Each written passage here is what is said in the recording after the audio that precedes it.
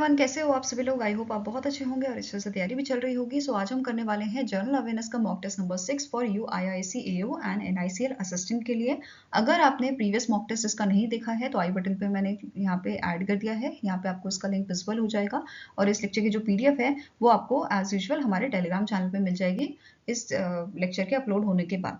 और एक और आपके लिए इन्फॉर्मेशन है कि हमने ना एक प्लेलिस्ट बनाई हुई है GA for you IIC AO and NICL assistant की। इसे ज़रूर से जो है गो थ्रू कर लीजिएगा। जैसे ही आप जो है हमारा चैनल ओपन करेंगे तो प्लेलिस्ट पे जाके यहाँ पे आपको सारी प्लेलिस्ट मिल जाएंगी, जिसमें आपको ये वाली सेलेक्ट करनी है और इस पर क्लिक करके जितने भी आपको वीडियोस मिलेंगे उसे एक बार ज़रूर देख लीजिएगा। आपका अच्छे से रिविजन हो जाएगा। ठीक है, तो जल्दी से स्टार्ट करेंगे आज का सेशन। फर्स्ट आपका क्वेश्चन है, the 11th edition of Asian defence ministers meeting plus was held in dash from 20th to 22nd November 2024।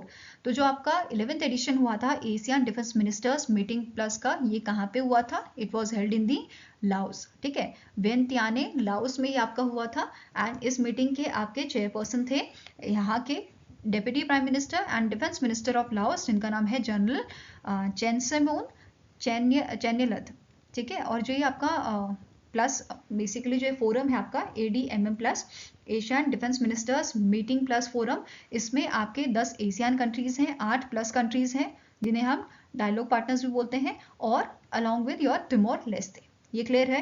Now 2024 की बात करें तो इसकी थीम क्या थी? एशियन की थीम थी यहाँ पे Asian enhancing connectivity and resilience, और प्रेसिडेंसी थी आपकी लाओस के पास। वेयरएज रिसेंटली इन्होंने जो प्रेसिडेंसी है वो मलेशिया को हैंड ओवर कर दी है और इनकी प्रेसिडेंसी 1 जनवरी 2025 से स्टार्ट होगी। ठीक है, 2025 का जो एरिया रहेगा इनका, जो साल रहेगा वो प्रेसिडेंसी मलेशिया के पास रहेगी, और इसका थीम क्या है? Inclusivity and sustainability. क्लियर है। नाउ अब बात करते हैं इस मीटिंग की। तो ये आपकी एक मल्टी डिफेंस कॉरपोरेशन फ्रेमवर्क है, जहाँ पे जो भी आपके मेंबर्स हैं यहाँ पे एशियन के और आपके जो प्लस मेंबर्स हैं, ठीक है, डायलॉग पार्टनर्स जो हैं और तिमोर लेस्ते जो है, इनके जो डिफेंस मिनिस्टर है वो यहाँ पे मीटिंग करते हैं और डिफरेंट चीज़ों पे ये डिस्कशन यहाँ पे करते हैं। और इसका मेन एम है क्या? कि हमें स्ट्रेंथन करना है सिक्योरिटी और डिफेंस कॉरपोरेशन को, ताकि शांति बनी रहे, स्टेबिलिटी बनी रहे। ठीक है, नाउ एशियन मेंबर्स की बात करें, इसमें आपका Bruny, Cambodia, Indonesia, Laos, Malaysia, Myanmar, Philippines, Singapore, Thailand, Vietnam, ये सब इसके मेंबर हैं। वहीं पे आपके जो डायलॉग पार्टनर्स हैं इसमें India, Russia, China, Japan, south Korea, Australia, New Zealand, US, ये सब आपके यहाँ पे शामिल होते हैं। ठीक है, वहीं पे अगर मैं बात करूं पहली मीटिंग आपकी कहाँ पे हुई थी? इनॉग्रल जो मीटिंग थी आपकी Asian defence ministers meeting plus की, ये आपकी हनोई वियतनाम में हुई थी 2010 में। ठीक है, कहाँ पे हुई थी? 2010 में। फिर 2017 से ये मीटिंग हमारी एनुअली होने लगी। ये क्लियर हुआ। नाउ अब यहाँ पे फोकस एरिया क्या है इस मीटिंग के? फोकस एरिया है आपके 7, which is maritime security, counter terrorism, humanitarian assistant and disaster management, then peace keeping operation हो गया आपका, military medicine, humanitarian mine action, cyber security, ये सारे इसके फोकस एरिया हैं। क्लियर है। नाउ नेक्स्ट यहाँ पे Asian defence ministers meeting plus के जो मेंबर हैं वो आप देख सकते हो इस मैप के थ्रू। जो भी आपका ये शेडेड एरिया है, जैसे रशिया, चाइना, ये शेडेड एरिया आपका दर्शाता है आपके प्लस मेंबर्स को, डायलॉग पार्टनर्स जो हैं बेसिकली एशियन के, उनको। ओके, नाउ नेक्स्ट यहाँ पे एशियन की अगर बात करें, एशियन की शुरुआत 1967 में यहाँ पे एक बैंकॉक डिक्लेरेशन या एशियन डिक्लेरेशन साइन किया गया था इसके फाउंडिंग मेंबर्स के साथ। जो फाउंडिंग मेंबर्स कौन से थे आपके एशियन के? Indonesia, Malaysia, Philippines, Singapore and Thailand. तो इस पे क्वेश्चन बन सकता है कौन से फाउंडिंग मेंबर्स इसके हैं। ठीक है, अगर यहाँ पे हेडक्वार्टर की बात करें तो जकार्ता इंडोनेशिया में एशियन का हेडक्वार्टर लोकेटेड है। आपका चेयरमैनशिप आप सभी को पता है रोटेट होती है एनुअल बेसिस पे, और करंट एशियन सेक्रेटरी जनरल आपके कौन है? इनका नाम है काओ किम ऑन। ठीक है, अब कुछ की पॉइंट्स देख लेते हैं इस डिफेंस मिनिस्टर्स मीटिंग के। जैसे इंडिया की तरफ से रक्षा मंत्री राजनाथ सिंह जी यहाँ पे इन्होंने अटेंड किया था इस मीटिंग को, 11th एडिशन जो था एशियन प्लस का, और इन्होंने यहाँ पे मीटिंग की थी मलेशियन काउंटर पार्ट के साथ, जिनका नाम है डाटो सेरी मोहम्मद खलीद बिन नॉर्दिन के साथ। और इन्होंने और इनके साथ साथ जो डिफेंस मिनिस्टर आपके थे लाओस PDR के, इनके साथ भी इनकी मीटिंग हुई थी ठीक है। नाउ इन्होंने लाओस के मिनिस्टर, जो डिफेंस मिनिस्टर है लाओस के, उनको इनवाइट किया है एरो इंडिया 2025 के लिए, जो हमारा इवेंट जो है बेंगलुरु कर्नाटका में होगा in month of February. Then India और मलेशिया के आपके जो मिनिस्टर्स हैं उनकी मीटिंग हुई थी और इन्होंने यहाँ पे डिसाइड किया है कि ये कंडक्ट करेंगे Malaysia India defence committee meeting Q1 of 2025। ठीक है, किस चीज़ के लिए? हमारे डिफेंस कॉरपोरेशन के उसको मजबूत करने के लिए, मलेशिया और इंडिया के डिफेंस कॉरपोरेशन को मजबूत करने के लिए, स्ट्रेंथन करने के लिए यहाँ पे ये मीटिंग कंडक्ट की जाएगी। नेक्स्ट आपको पॉइंट है, जो डिफेंस मिनिस्टर हैं हमारे, इन्होंने चाइनीज काउंटर पार्ट के साथ, एडमिरल डोंग जिन के साथ भी मीटिंग की थी, ताकि जो हमारा म्यूचुअल ट्रस्ट है, आप सभी को पता होगा जो हमारा गलवान घाटी में जो डिस्प्यूट हुआ था उसके रिगार्डिंग यहाँ पे डिस्कशन हुआ था कि म्यूचुअल ट्रस्ट हमारा बने आगे। ठीक है। नेक्स्ट है, ड्यूरिंग द मीटिंग फिलीपींस और इंडिया, ठीक है, फिलीपीन और इंडिया ने यहाँ पे अग्री किया है कि हम अपने जो रिश्ते हैं हमारे, जो स्ट्रेंथन करेंगे कोलैबोरेशन और corporation of exchange in some sectors, जैसे डिफेंस इंडस्ट्री हो गया, काउंटर टेररिज्म हो गया, स्पेस और मैरीटाइम डोमेन में हम जो है मजबूती अपने जो कोलैबोरेशन है वो और अच्छे करेंगे, कॉर्पोरेशन अच्छे करेंगे, ऐसा यहाँ पे बोला गया है।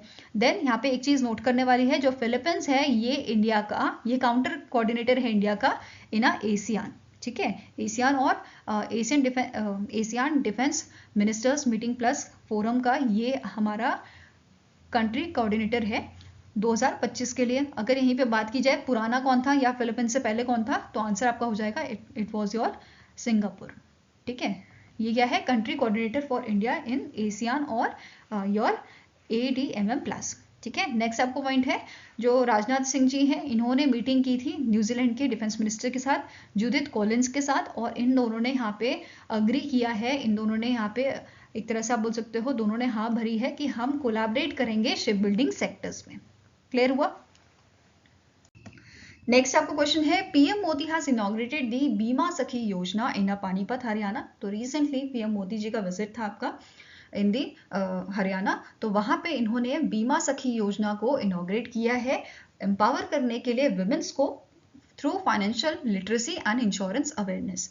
नाउ द बीमा सखी योजना is an initiative of which insurance company? इनमें से कौन सी इंश्योरेंस कंपनी है जिनका ये इनिशिएटिव है बीमा सखी योजना? तो answer here is LIC, life insurance corporation of India ने इस इनिशिएटिव को आपका जो है लॉन्च किया है, या LIC का ये आपका इनिशिएटिव है बीमा सखी योजना। यहाँ पे क्या होगा, आपकी जो विमेंस हैं उनको ट्रेन किया जाएगा और वो इंश्योरेंस एजेंट यहाँ पे बनेंगी और इंश्योरेंस को ये आपका और लोगों तक पहुंचाएंगी। ठीक है, ऐसा इनका एम है। फाइन। नाउ LIC यहाँ पे पहले साल में इन्वेस्ट करेगा 840 करोड़ रुपीज फॉर दिस बीमा सखी योजना, ये ध्यान में रखना है। नाउ अब यहाँ पे कुछ बात कर लेते हैं इस स्कीम की। जैसे इस स्कीम के लिए जो विमेन है, विमेन एम्पावरमेंट के लिए है, राइट। तो विमेन के लिए एलिजिबिलिटी क्या रखी गई है, एक कि वो 10वीं पास होनी चाहिए, दूसरी कंडीशन है 18 से 70 साल की उनकी उम्र होनी चाहिए, देन वो एलिजिबल होंगी इस बीमा सखी योजना के लिए, जो बीमा सखी हैं वो बनने के लिए। ठीक है, वॉलंटियर बनने के लिए बेसिकली। नाउ अब वॉलंटियर जो होंगे इनको 3 साल तक ट्रेनिंग प्रोवाइड की जाएगी और उसके साथ साथ इनको स्टाइफन भी यहाँ पे प्रोवाइड किया जाएगा। जैसे पहले साल में इनको 7,000 पर मंथ का स्टाइफन दिया जाएगा, then second year ₹6,000 per month का और 5,000 पर मंथ का दिया जाएगा थर्ड ईयर में। तो ये डिटेल यहाँ पे मेंशन की गई है। साथ में ही अगर ये इनको कमीशन अर्न करना है, इन दैट केस इनको टारगेट फुलफिल करना होगा कि पर मंथ इनको 2 इंडिविजुअल्स का इंश्योरेंस करना होगा। दैट इज मतलब साल में 24 इंडिविजुअल्स का अगर ये इंश्योरेंस करते हैं तो इनको एक्स्ट्रा यहाँ पे कमीशन मिलेगा। अदरवाइज अगर ये नहीं अपना टारगेट पूरा कर पाते ये कमीशन वाला, तो कमीशन नहीं मिलेगा बट स्टाइफन जरूर मिलेगा। ठीक है। नेक्स्ट यहाँ पे आपका पॉइंट है, LIC का मेन एम है कि ये 1 लाख बीमा सखी जो है नेक्स्ट 12 मंथ से, मतलब 1 साल के अंदर 1 लाख बीमा सखी को ये एनरोल करे और 3 साल के पीरियड में 2 लाख बीमा सखी को ये एनरोल करे, ऐसा टारगेट इन्होंने रखा है अपना। फाइन। नाउ स्टार्टिंग इन्फॉर्मेशन देख लेते हैं। LIC के करंट MD एंड CEO कौन है? सिद्धार्थ मोहंते। हेडक्वार्टर लोकेटेड है मुंबई महाराष्ट्र में और इसकी शुरुआत की गई थी 1956 में। नेक्स्ट क्वेश्चन है, name the application that has become the 4th largest UPI app in the India. तो इनमें से कौन सी ऐप है जो फोर्थ नंबर पे आ गई है, फोर्थ लार्जेस्ट यूपीआई ऐप बन गई है इंडिया की, तो it is your option number D, that is navy. पहले नंबर पे बात करें तो कौन है, फोन पे है, सेकंड पे है आपका Google Pay, third is Paytm, fourth is Navi and fifth is your CRED. तो नावी जो है वो आपकी नावी ने बेसिकली रिप्लेस किया है क्रेड को, और नावी अभी फोर्थ लार्जेस्ट ऐप बन गई है, यूपीआई ऐप बन गई है, ठीक है। As per the data release by NPCI as of October 2024, Navi जो है इसने बेसिकली यहाँ पे ग्रोथ दिखाया है 31% का, और इसने रजिस्टर किए हैं 157.51 मिलियन ट्रांजेक्शन। वेयरएज क्रेड की अगर हम बात करें तो क्रेड के ट्रांजेक्शन यहाँ पे आपके हैं 152.28 मिलियन ट्रांजेक्शन। इसी के साथ जो नावी है वो फोर्थ लार्जेस्ट हमारी यूपीआई ऐप बन जाती है। फाइन।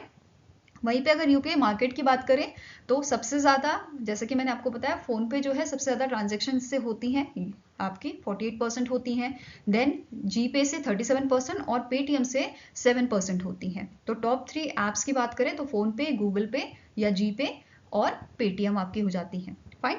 नाउ दोनों ही जो कंपनीज हैं, दोनों ही ऐप जो है, इसके करंट सीईओ कौन है, सचिन बंसल हैं आपके नावी के, एंड कुणाल शाह हैं क्रेड के, और हेडक्वार्टर दोनों का ही आपका बेंगलुरु कर्नाटका में लोकेटेड है। ओके। नेक्स्ट क्वेश्चन है, in which city India's first underground shooting range was inaugurated for NCC cadets. तो इन मंथ ऑफ नवंबर जो दिल्ली की सीएम है आतिशी जी, इन्होंने न्यू दिल्ली में इंडिया का पहला जो फर्स्ट अंडरग्राउंड शूटिंग रेंज है उसे इनॉग्रेट किया था एनसीसी कैडेट्स के लिए, ठीक है। और कहाँ पे ये इनॉग्रेट किया गया था, तो रोहिणी न्यू दिल्ली में ये आपका एक्चुअल में इनॉग्रेट किया गया था, ठीक है। अगर फीचर्स की बात करें इस शूटिंग रेंज की, तो 25 मीटर का ये फायरिंग रेंज है जिसमें 6 लेन्स बनाई गई हैं, and it has a bullet proof ceiling. साथ में ये भी बताया गया है कि दिल्ली गवर्नमेंट एक और शूटिंग रेंज यहाँ पे डेवलप कर रही है, कालकाजी गवर्नमेंट स्कूल जो है वहाँ पे इसे डेवलप किया जा रहा है। क्लियर है। नाउ इसके साथ एडिशनल चीज क्या याद रखनी है, recently in month of November NCC raising day जो है वो सेलिब्रेट किया गया था, ठीक है। एनसीसी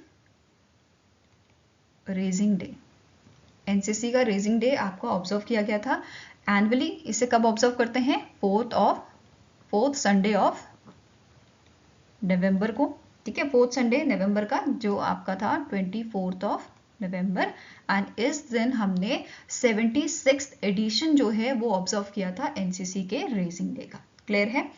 नाउ नेक्स्ट क्वेश्चन है, in November 2024 Russia handed over the BRICS chairmanship to which country. तो आप सभी को याद होगा अक्टूबर के मंथ में 22 से 24 अक्टूबर को आपकी ब्रिक्स समिट हुई थी। कहाँ पे हुई थी, मुझे कमेंट सेक्शन में बताओ कौन सी जगह पे हुई थी। रशिया के कजान में हुई थी, है ना। रशिया के कजान में हुई थी, कजान डिक्लेरेशन भी वहां पे आपका एक्सेप्ट किया गया था, है ना।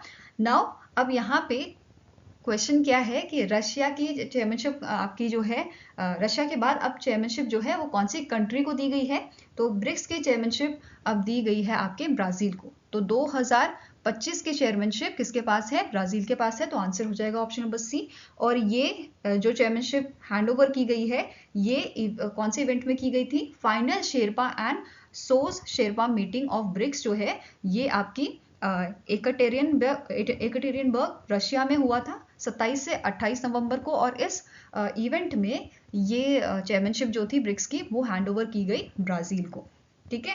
अब ब्रिक्स समिट की बात हो ही रही है, तो ब्रिक्स समिट में 4 आपके फुल मेंबर्स को वेलकम किया गया था। कौन कौन से ये मेंबर थे आपके, इजिप्ट, ईरान, यूएई और इथोपिया को। क्लियर है। नाउ ब्रिक्स के आपके कौन कौन से मेंबर हैं जो आपके पुराने मेंबर्स हैं, ब्राजील है, रशिया है, इंडिया, चाइना, साउथ अफ्रीका है। इसकी शुरुआत 2006 में की गई थी, और 2025 का चेयर कौन है, अभी हमने डिस्कस किया, ब्राजील है। हेडक्वार्टर इसका लोकेटेड है आपका शंघाई चाइना में। क्लियर है। नेक्स्ट आपका क्वेश्चन है, as per the NITI Aayog report which among the following mineral should be declared as a critical mineral. तो इनमें से कौन सा मिनरल है, इनमें से कौन सा ऑप्शन है जिसे हमें डिक्लेयर कर देना चाहिए क्रिटिकल मिनरल, ऐसा नीति आयोग ने अपनी रिपोर्ट में बताया है। तो it is your cooking coal. कौन आंसर यहाँ पे आपका है कुकिंग कोल। और इंडिया जो है लार्जेस्ट इंपोर्टर है आपका कुकिंग कोल का, और फाइनेंशियल ईयर 2024 में हमने इंपोर्ट किया है 58 million tons of cooking coal. और सबसे ज़्यादा जो हमें कुकिंग कोल सप्लाई करती हैं ये कंट्रीज आ जाती हैं ऑस्ट्रेलिया, यूएसए और रशिया। ये क्लियर है। साथ में ये भी नोट कर लो कुकिंग कोल को मेटलर्जिकल कोल भी कहा जाता है। नाउ नीति आयोग की बात करते हैं तो इसके करंट सीईओ कौन है, इनका नाम है बीवीआर सुब्रमण्यन। मन्यम। चेयरपर्सन है इसके पीएम नरेंद्र मोदी जी और इसे 2015 में स्टैब्लिश किया गया था। और यहाँ पे आप लिस्ट देख सकते हो 30 क्रिटिकल मिनरल्स की जो गवर्नमेंट ऑफ इंडिया द्वारा रिलीज की गई थी। क्लियर है। नेक्स्ट क्वेश्चन है, recently in December Nandi Ndaitwah was recently elected as a first female president of which country. तो इनमें से कौन सी कंट्री है जिसकी पहली फीमेल राष्ट्रपति जो है बनी है नैनी नेतवा। तो आंसर आपका हो जाएगा option number C, that is Namibia की। ठीक है, आंसर क्या हो जाएगा, नाम्बिया की। ये आपकी फर्स्ट फीमेल प्रेसिडेंट बनी है और इलेक्ट की गई हैं, अभी बनी नहीं है। 21 मार्च 2025 से इनका टेन्योर स्टार्ट होगा और 5 साल के लिए टेन्योर रहेगा। एंड ये जो है 5th प्रेसिडेंट आपकी बनेंगी नाम्बिया की। क्लियर है। और ये रिप्लेस करेंगी नैनगोलो मुअम्बा जो है, उनको ये रिप्लेस करेंगी। ठीक है, नाम्बिया की बात करें, कैपिटल इसकी है विंडहॉक, करेंसी है नाम्बियन डॉलर। यहाँ पे आप जो है इमेज देख सकते हैं। नेक्स्ट क्वेश्चन है, which country is re elected to the United Nation peace building commission for the 2025-2026 term. तो इनमें से कौन सी कंट्री है जिसे री इलेक्ट किया गया है यूएन पीबीसी के लिए, पीस बिल्डिंग कमीशन के लिए, फॉर द टर्म 2025-2026। तो आंसर हो जाएगा इट इज इंडिया। इंडिया को यहाँ पे री इलेक्ट किया गया है।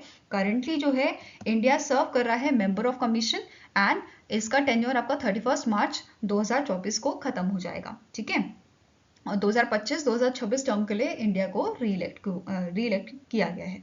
नाउ अब बात कर लेते हैं यूएन पीस बिल्डिंग कमीशन की। तो यूएन पीस बिल्डिंग कमीशन क्या है, ये एक आपकी एडवाइजरी बॉडी है जिसका काम क्या होता है, सपोर्ट करना पीस एफर्ट्स को। ठीक है, नाम से पता चल रहा है पीस बिल्डिंग के लिए काम करती है ना, ऐसे याद रख सकते हो कि इसका काम होता है सपोर्ट करना पीस एफर्ट्स को। पीस के लिए जो भी एफर्ट्स किए जा रहे हैं उसको सपोर्ट करना ऐसी कंट्रीज में जिसमें कन्फ्लिक्ट हो रहे हैं। ठीक है, बेसिकली शांति का ये आपका काम है कि इसको क्या करना है, जो भी चीज़ें हो सकती हैं शांति बनाए रखने के लिए, उसे सपोर्ट करने के लिए, तो ये ऑर्गेनाइजेशन ये काम करती है। ठीक है, नाउ यूएन पीबीसी को स्टैब्लिश कब किया गया था, 2005 में, और इंडिया इसका फाउंडिंग मेंबर था। तो ये भी आपको ध्यान में रखना है। ठीक है, India was the one of the founding member of this UN United Nation peace building commission. ठीक है, टोटल जो मेंबर्स हैं इनकी अगर बात करें, टोटल 31 मेंबर स्टेट यहाँ पे आपके हैं। एंड ये मेंबर्स इलेक्ट कौन करता है, they are elected from the UN General Assembly, UNGA, UN Security Council and UN Economic and Social Council. Clear है। नाउ स्टैटिक इन्फॉर्मेशन भी देख लेते हैं। इसके करंट चेयरमैन आपके हैं Sergio Frank Dennis from the Brazil and इसका headquarter located है आपका न्यूयॉर्क यूएसए में। नेक्स्ट क्वेश्चन है, the 52nd international Emmy awards 2024 जो आपके रिसेंटली न्यूयॉर्क यूएसए में आपके हेल्ड हुए थे। Now question here is, who became the first Indian to host International Emmy Awards. First time ऐसा देखा गया है कि जो एमी अवार्ड्स थे इनका जो होस्ट था वो एक इंडियन था। ठीक है, तो इनमें से कौन सी पर्सनैलिटी है जो फर्स्ट इंडियन बनी है जिन्होंने इंटरनेशनल एमी अवार्ड्स को होस्ट किया है, जो नवंबर में आपके हुए थे। तो answer here is option number B, that is इनका नाम है वीर दास। ठीक है, क्या नाम है, वीर दास, जो आपके इंडियन स्टैंड अप कॉमेडियन है एंड इन्हें 2023 का एमी बेस्ट कॉमेडियन अवार्ड दिया गया था। ठीक है, इनके लैंडिंग नेटफ्लिक्स स्पेशल एपिसोड के लिए। फाइन, साथ में एक और चीज नोट करनी है, ये फर्स्ट इंडियन कॉमेडियन बने हैं जिन्हें एमी अवार्ड मिला है। Okay, now international Emmy awards की बात करें तो कौन सी ऑर्गेनाइजेशन इन अवार्ड्स को देती है, प्रेजेंट करती है, international academy of television arts and science, that is IATAS द्वारा इसको प्रेजेंट किया जाता है, जिसके करंट प्रेसिडेंट एंड CEO है ब्रूस एल पेंसर, हेडक्वार्टर लोकेटेड है न्यूयॉर्क यूएसए में और इसे 1969 में स्टैब्लिश किया गया था। नाउ कौन कौन सी कैटेगरी में ये अवार्ड दिए गए हैं, आर्ट्स प्रोग्रामिंग में। ठीक है, then best performance by an actress, ये आप पूरा देख सकते हो, एक्ट्रेस एक्टर। ओके, अब यहाँ पे एक चीज नोट करनी है आपको कि जो आपका ड्रामा सीरीज है इस कैटेगरी में इंडिया की एक आपकी सीरीज थी, वो बेसिकली उसने compete किया था बट वो सिलेक्ट नहीं हो पाई इस अवार्ड के लिए। ठीक है, तो ये कौन सी आपकी सीरीज थी, इसके बारे में क्वेश्चन बन सकता है, नाइट मैनेजर। इस सीरीज का नाम था नाइट मैनेजर और इसने compete किया था ड्रामा सीरीज में। फाइन, अब यहाँ पे आपका क्वेश्चन एक ये भी बन सकता है कि डायरेक्टर कौन है नाइट मैनेजर के, तो संदीप मोदी एंड प्रियंका घोष ये आपके डायरेक्टर थे इस सीरीज के। ये सीरीज बेस्ड है आपकी John le Carre novels and British TV adaptation starring Tom Hiddleston, Hugh Laurie and Olivia Colman पे। ओके, नेक्स्ट क्वेश्चन है identify the Cambridge dictionary word of the year 2024। तो Cambridge dictionary ने word of the year 2024 के लिए कौन सा आपका select किया है? It is your manifest. ठीक है, आंसर यहाँ पे क्या हो जाएगा? Option number A, that is manifest. Okay, now next question है which among the following country got the hosting right for the 2026 Asian rifle और अ पिस्टल कप। तो इनमें से कौन सी कंट्री है जिसे रिसेंटली होस्टिंग राइट मिले हैं 2026 के एशिया राइफल और पिस्टल कप को ऑर्गेनाइज करने के? तो answer here is it is India. ठीक है, इंडिया को जो है होस्टिंग राइट यहाँ पे मिले हैं और 2026 में न्यू दिल्ली में इंडिया होस्ट करेगा 2026 का एशियन राइफल पिस्टल कप को। ये क्लियर है? और ये अनाउंसमेंट किसने की थी? National rifle association of India द्वारा ये अनाउंसमेंट की गई थी, जिसके करंट प्रेसिडेंट है कलिकेश नारायण सिंह। इसका हेडक्वार्टर लोकेटेड है न्यू दिल्ली में एंड इसे 1951 में स्टैब्लिश किया गया था। नाउ बात करते हैं Asian shooting federation, Asian shooting confederation की, ASC की। तो इसका हेडक्वार्टर आपका कुवैत में लोकेटेड है, हॉली कुवैत में, एंड इसके करंट प्रेसिडेंट है Sheikh Salman Al Sabah. Okay, now next is the CM of Nagaland recently in November inaugurated the Digital Piggery Insurance Scheme which is developed by the IRDAI in collaboration with which insurance company? तो इनमें से कौन सी insurance company है जिसने recently IRDAI के साथ मिलके आपका डेवलप किया है डिजिटल पिगरी इंश्योरेंस स्कीम, जिसे नागालैंड के गवर्नमेंट ने लॉन्च किया था, इनॉग्रेट किया था? तो answer here is option number E, Tata AIG general insurance company limited. ठीक है, आंसर आपका हो जाएगा ऑप्शन नंबर ई। अब बात करते हैं स्कीम की। तो ये आपकी इंडिया की first app based digital piggery insurance scheme है, जिसका काम है एड्रेस करना जो आपके चैलेंजेस फेस किए जाते हैं in the livestock insurance for a remote areas, उनको बेसिकली हैंडल करना, उसको टैकल करना। ठीक है, नेक्स्ट पॉइंट यहाँ पे है कि जो आपकी ये दोनों ऑर्गेनाइजेशन है IRDAI और टाटा AIG, इन दोनों ने इसे डेवलप किया है, इन दोनों का ये इनिशिएटिव है। और इसका मेन एम क्या है इस इनिशिएटिव का कि जो आपके क्लेम सेटलमेंट होता है उसको और इजी करना और सिंप्लीफाई करना और रिड्यूस करना कॉस्ट फॉर फार्मर्स। क्लियर है? Now Tata AIG general insurance company की बात करें तो इसके करंट MD एंड CEO आपके हैं नीलेश गर्ग। हेडक्वार्टर इसका लोकेटेड आपका मुंबई महाराष्ट्र में और 2001 में इसे स्टैब्लिश किया गया था। अब please let me know in the comment section कि आपके IRDAI के हेड कौन है करंटली। ओके, नाउ नागालैंड के जो CM है इन्होंने और इनिशिएटिव भी यहाँ पे लॉन्च किए थे, जैसे पूरा कैब, जैसे आप सभी को पता है रैपिडो है, ओला ऐप है, ठीक है, ओला कैब है सॉरी, देन ओला उबर, ये सब कैब फैसिलिटीज आपकी होती हैं, ऐप के थ्रू आप इन्हें जो है अपनी कैब बुक करते हो। तो वही टैक्सी फैसिलिटी यहाँ पे इन्होंने लॉन्च की है ऊरा कैब के नाम से नागालैंड में। फाइन, नेक्स्ट है कि इन्होंने इस इवेंट में नागालैंड लॉजिस्टिक कनेक्ट इनिशिएटिव जो है उसको इंट्रोड्यूस किया था, जो ऑफर करता है 12% मैन्युफैक्चरर डिस्काउंट ऑन व्हीकल्स जो यूज किए जाते हैं आपके कॉमर्शियल एक्टिविटीज के लिए। ठीक है, एंड ये जो डिस्काउंट है ये बेनिफिशरीज अवेल कर सकते हैं through the portal like Nagaland credit portal and chief ministers micro finance initiative. ठीक है, इसके थ्रू ये इस डिस्काउंट को अवेल कर सकते हैं। नेक्स्ट आपका पॉइंट है under this Nagaland tourism connect initiative, यहाँ पे जो नागालैंड के CM है इन्होंने फ्लैग ऑफ किए हैं न्यू व्हीकल्स, जैसे 8 टाटा 20 सीटर बसेस को इन्होंने फ्लैग ऑफ किया था, 2 टाटा विंगर्स हैं, 65 किया कारन्स हैं एंड 20 योटा इनोवास जो हैं उनको इन्होंने फ्लैग ऑफ किया था, उन्हें रिलीज किया था। ठीक है, नेक्स्ट आपका क्वेश्चन है the national milk day is annually observe across India on. तो नेशनल मिल्क डे हम ऑब्जर्व करते हैं 26 नवंबर को, जिस दिन बर्थ एनिवर्सरी होती है हमारे मिल्कमैन ऑफ इंडिया की, जिनका नाम है डॉक्टर वर्गीस कुरेन। ठीक है, इस बार हमने जो है नेशनल मिल्क डे का 11th एडिशन ऑब्जर्व किया था और डॉक्टर वर्गीस कुरेन की 103rd बर्थ एनिवर्सरी हमने इस साल ऑब्जर्व की थी, जिन्हें फादर ऑफ व्हाइट रिवोल्यूशन भी कहा जाता है, father of white revolution in India कहा जाता है। अब व्हाइट रेवोल्यूशन क्या है या इसे कब लाया गया था? तो व्हाइट रेवोल्यूशन या ऑपरेशनल फ्लड आपका लाया गया था 1970 में। क्यों लाया गया था? इसका मेन पर्पस क्या था कि हमारा इंडिया का जो मिल्क प्रोडक्शन है उसे हमें बढ़ाना है, मिल्क प्रोडक्शन और कंजप्शन दोनों ही हमें बढ़ानी है। वेयरएज व्हाइट रेवोल्यूशन का जो फर्स्ट एडिशन था 1970 में आया था, बट सेकेंड एडिशन जो है इसका इन मंथ ऑफ सितंबर लॉन्च किया गया था वर्जन 2 इसका। ठीक है, 2.0 वर्जन इसका लाया गया था, अमित शाह जी ने इसे जो है आपका लॉन्च किया था। फाइन। नाउ वर्गीस कुरियन जी की बात हो रही थी, इन्होंने नेशनल डेयरी डेवलपमेंट बोर्ड जो है उसकी शुरुआत की थी 1965 में, और ये इसके फर्स्ट चेयरमैन भी बने थे, जिन्होंने 1965 से 1998 के बीच में इस पोजीशन पे सर्व किया था। नाउ इनकी अचीवमेंट्स की बात करें तो इन्हें पद्मश्री, पद्म विभूषण, पद्म भूषण तीनों ही अवार्ड मिले थे। 1965 में पद्मश्री, पद्म भूषण 1966 में और पद्म विभूषण 1999 में। इसके अलावा वर्ल्ड फूड प्राइज इन्हें दिया गया था 1989 में, और रमन मगस्य अवार्ड भी इन्हें दिया गया था 1963 में। तो ये सारे अवार्ड्स डॉक्टर वर्गीस कुरियन, जिन्हें हम फादर ऑफ व्हाइट रिवॉल्यूशन कहते हैं, उन्हें दिए गए थे इनके अच्छे काम के लिए। ठीक है। नाउ अगर यहाँ पे क्वेश्चन आपका बने स्टैटिक क्वेश्चन कि सबसे ज्यादा मिल्क प्रोडक्शन कौन सी कंट्री में होता है, तो आंसर आपका यहाँ पे क्या होगा, दैट इज इंडिया। ठीक है, इंडिया में सबसे ज्यादा मिल्क प्रोडक्शन आपका होता है। वहीं पे बात की जाए मिल्क कंजप्शन की, तो वर्ल्ड में यूरोपियन यूनियन में सबसे ज्यादा जो है कंजप्शन होता है मिल्क का, फॉलोड बाय इंडिया। क्लियर है। नाउ अब यहाँ पे अगर एक क्वेश्चन ये बने कि सबसे ज्यादा आपका इंडिया का लार्जेस्ट डेयरी कंपनी कौन सी है, ठीक है, तो आंसर आपका क्या हो जाएगा यहाँ पे, इट इज अमूल। ठीक है, कौन सी आपकी ये कंपनी है, अमूल कंपनी है लार्जेस्ट डेयरी कंपनी इंडिया की।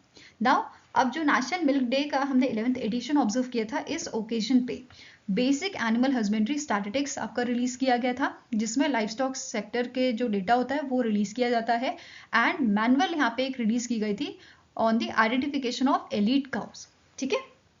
नाउ अब यहाँ पे एक और चीज वो नोट करनी है, इन मंथ ऑफ अगस्त जो अमूल है ये वर्ल्ड का strongest and food and dairy brand आपका बना था in the brand finance food and drink 2024 report. ये रिपोर्ट रिलीज की गई थी बाय दी ब्रांड फाइनेंस, और इसमें अमूल को रेटिंग दी गई थी AAA+ रेटिंग। तो ये क्वेश्चन आपका इंपॉर्टेंट है, इसे याद रखना है, और इसका स्कोर कितना था, 91 out of 100। Okay. Now 11th edition में जो हमारे यूनियन मिनिस्टर हैं राजीव रंजन सिंह, इन्होंने यहाँ पे क्या बोला था कि इंडिया का जो मिल्क प्रोडक्शन है ये 4% से इंक्रीज हुआ है एनुअली टू 239.3 मिलियन टन्स इन 2023-2024, और साथ में ही इन्होंने नेशनल गोपाल रत्न अवार्ड्स भी यहाँ पे जो है दिए थे। ठीक है, 3 कैटेगरीज में अवार्ड दिए जाते हैं। पहली आपकी कैटेगरी है best dairy farmer rearing indigenous cattle और बफेलो ब्रीड्स, जिसमें टॉप किया है आपका रेनू झज्जर हरियाणा से। एंड यहाँ पे अगर हम प्राइज मनी की बात करें इन अवार्ड्स की, तो पहले जो विनर होते हैं इनको 5 लाख का अमाउंट दिया जाता है, सेकेंड को 3 लाख एंड थर्ड को 2 लाख का। वेरेस जो स्पेशल अवार्ड है आपके नॉर्थ ईस्टर्न रीजन के, इनको यहाँ पे 2 लाख की राशि दी जाती है, साथ में सर्टिफिकेट और मेमेंटो यहाँ पे प्रोवाइड किया जाता है। क्लियर है। अदर कैटेगरीज आपकी हैं best dairy cooperative society, milk producer company और डेयरी फार्मर प्रोड्यूसर ऑर्गेनाइजेशन, और इसमें फर्स्ट पोजीशन पे आपके थे Gabat milk producer cooperative society limited from Aravalli Gujarat, and next यहाँ पे फर्स्ट कैटेगरी में ही milk producer cooperative society limited Bisnala from your Bagalkot Karnataka. Next category है बेस्ट आर्टिफिशियल इंसेमिनेशन टेक्नीशियन, और इसमें टॉप किया है Bhaskar Pradhan from Subarnapur Odisha. Okay. Next question है the Morgan Stanley has lowered India's GDP projection for financial year 2025 to dash.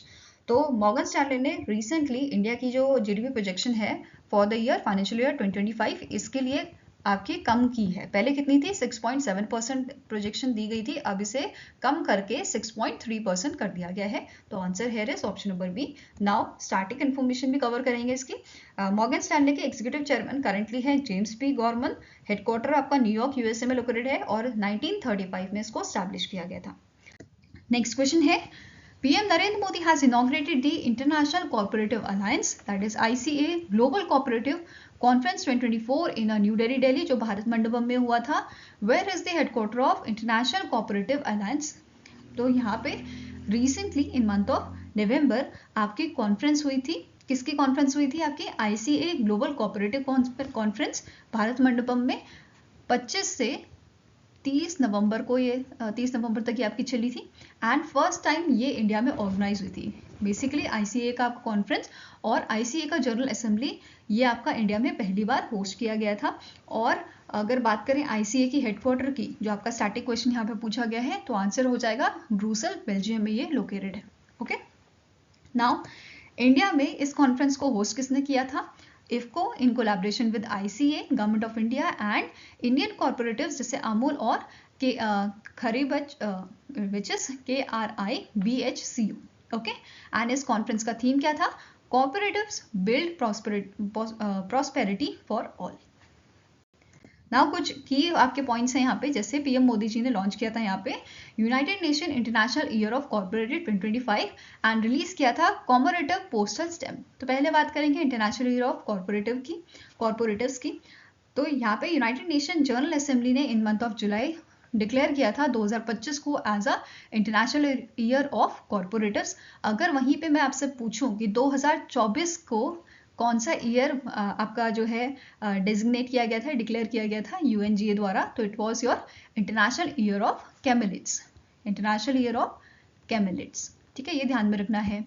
और इसका theme क्या था 2025 इंटरनेशनल ईयर ऑफ कॉर्पोरेटिव का जो थीम था आपका 2025 का, it is cooperatives build a better world.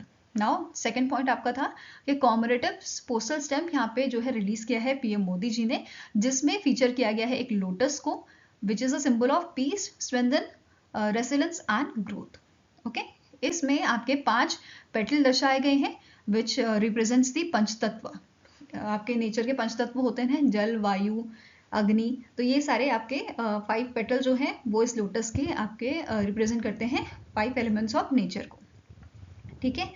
Also, it highlights the cooperative's commitment to the environmental, social and economic sustainability. Now, static information देख लेते हैं ICA की, इंटरनेशनल कॉर्पोरेटिव अलायंस की. तो इसके करंट प्रेसिडेंट आपके हैं एरियल गॉर्को.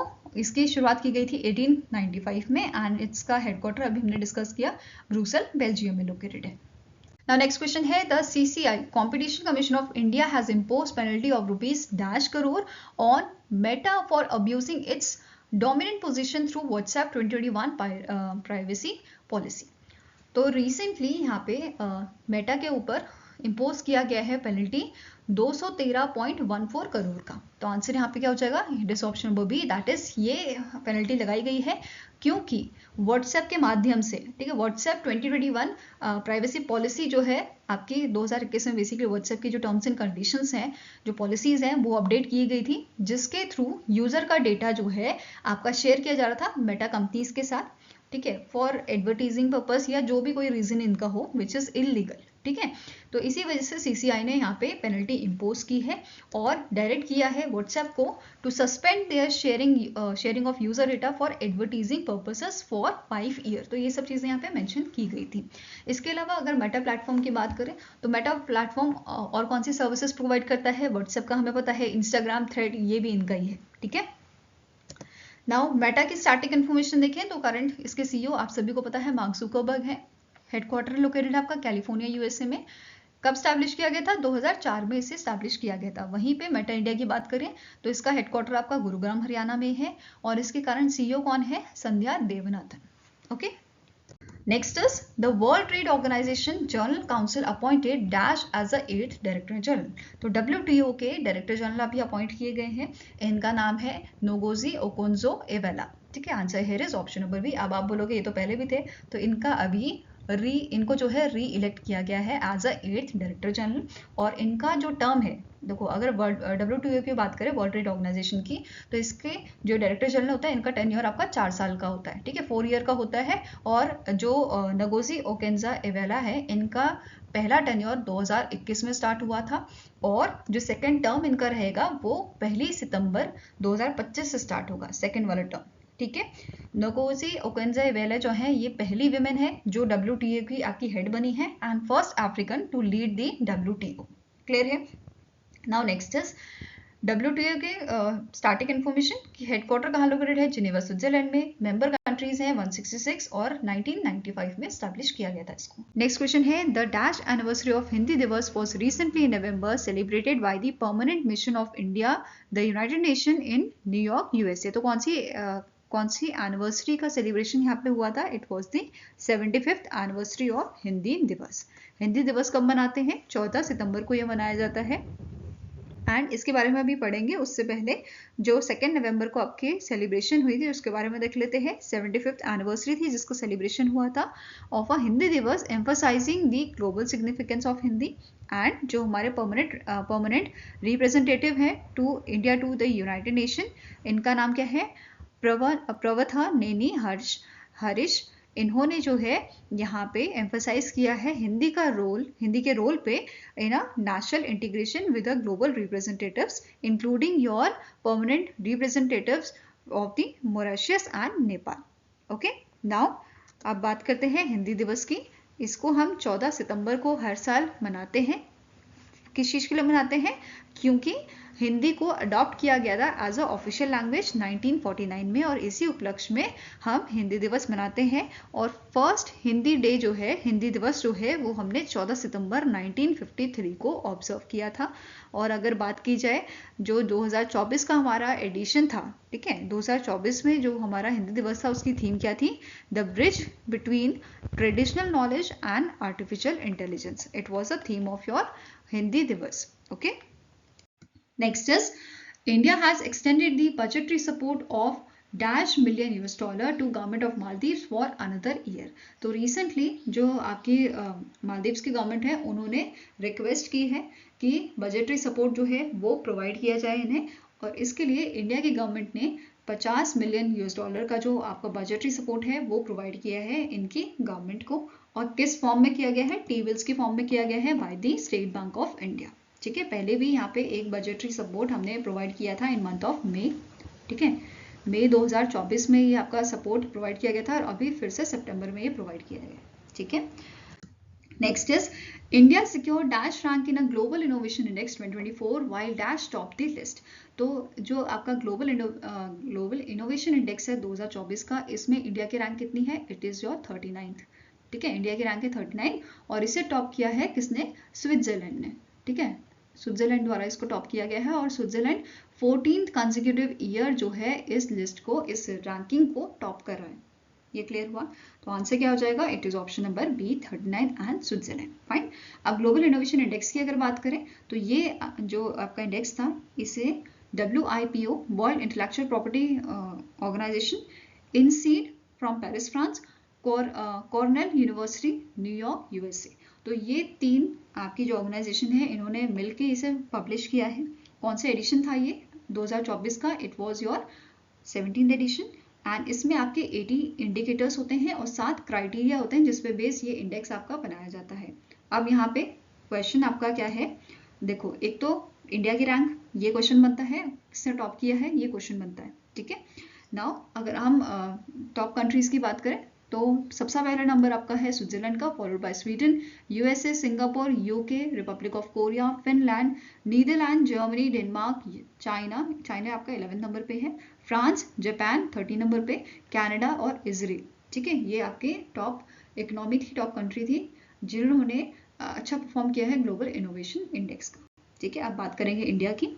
तो इंडिया की रैंक कितनी थी? 39 रैंक थी आउट ऑफ 133 इकोनॉमीज, 133 कंट्रीज में से इंडिया की 39 रैंक थी 2024 में। और अगर बात करें स्कोर की तो इंडिया का स्कोर आपका था 38.3, वेयर एज अगर हम 2023 के इंडेक्स की बात करें तो 2023 में इंडिया की रैंक 40 थी और स्कोर था 38.1।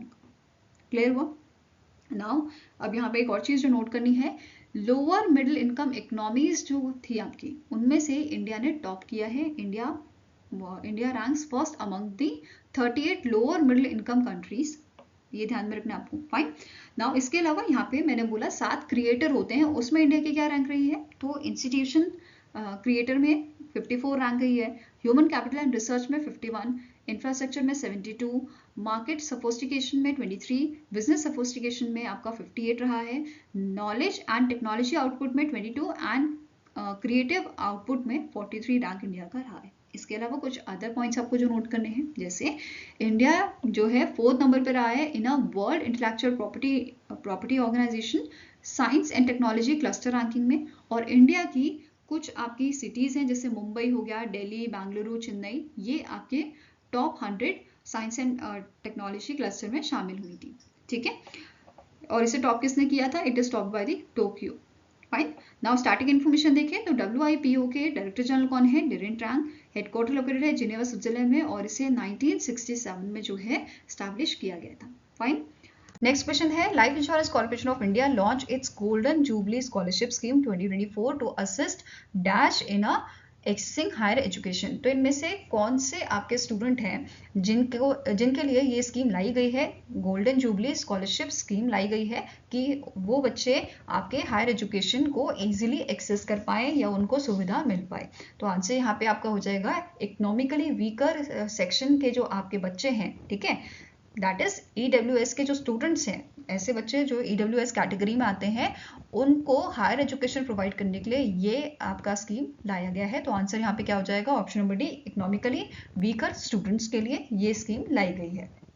अब जो ये स्कीम है इसमें भी दो टाइप है। एक तो जनरल स्कॉलरशिप है जो स्कॉलरशिप पूरे कोर्स के दौरान इनको प्रोवाइड की जाएगी, ठीक है, entire duration of the course. And second वाली आपकी है special scholarship for girl child, जहां पे 2 साल के लिए ये स्कॉलरशिप प्रोवाइड की जाएगी। क्लियर है? नाउ डिटेल में देखते हैं। जनरल स्कॉलरशिप की बात करें तो एलिजिबिलिटी क्या है? जो स्टूडेंट आपके जैसे जिसने 10+2 अभी रिसेंटली क्लियर करी है, ठीक है, पास की है, और वो बच्चे एडमिशन्स ले रहे हैं, मतलब उन्होंने आगे परस्यू करना है अपना higher education, medical, engineering, graduation करनी है, इंटीग्रेटेड करना है या वोकेशनल कोर्स करने हैं, तो ये सारे बच्चे इसके लिए एलिजिबल हैं। साथ में ही कंडीशन रखी गई है, इनका जो लास्ट क्वालिफाइंग एग्जामिनेशन था उसमें 60% मार्क्स होने चाहिए एटलीस्ट, ठीक है, ये चीज़ मेंशन की गई है। एंड तीसरी कंडीशन क्या है कि जो एनुअल फैमिली इनकम है, टोटल एनुअल फैमिली इनकम, ये 2.5 लाख से ज़्यादा नहीं होनी चाहिए, ठीक है। रिलैक्सेशन यहाँ पे दी गई है अप टू ₹4 लाख, अगर जो फैमिली की ब्रेड ओनर जो है वो अगर लेडी है, ठीक है, लेडी ऐसी जो अनमैरिड है या विडो है या सिंगल मदर है, तो उनके लिए छूट यहाँ पे रखी गई है। क्लियर है? नाउ नेक्स्ट आपका बात करेंगे स्कॉलरशिप की अमाउंट क्या है। अगर मेडिकल कोर्स परस्यू कर रहा है बच्चा तो 40,000 पर एनुअम यहाँ पे जो है आपकी स्कॉलरशिप रखी गई है। कौन कौन से कोर्सेज एलिजिबल हैं यहाँ पे आप आराम से देख सकते हो। MBBS, bachelors of Ayurvedic medicine and surgery, then bachelors of homeopathic medicine, ये सारे इसमें आपके इंक्लूडेड हैं। देन बात करें इंजीनियरिंग कोर्स की तो 30,000 पर एनम जो है यहाँ पे स्कॉलरशिप प्रोवाइड की जाएगी, 2 इंस्टॉलमेंट में दी जाएगी। सारे ही केसेस में 2 इंस्टॉलमेंट में ये स्कॉलरशिप मिलेगी, ठीक है। Then eligible courses for engineering, bachelors of engineering, bachelors of technology, bachelors of architect, ठीक है।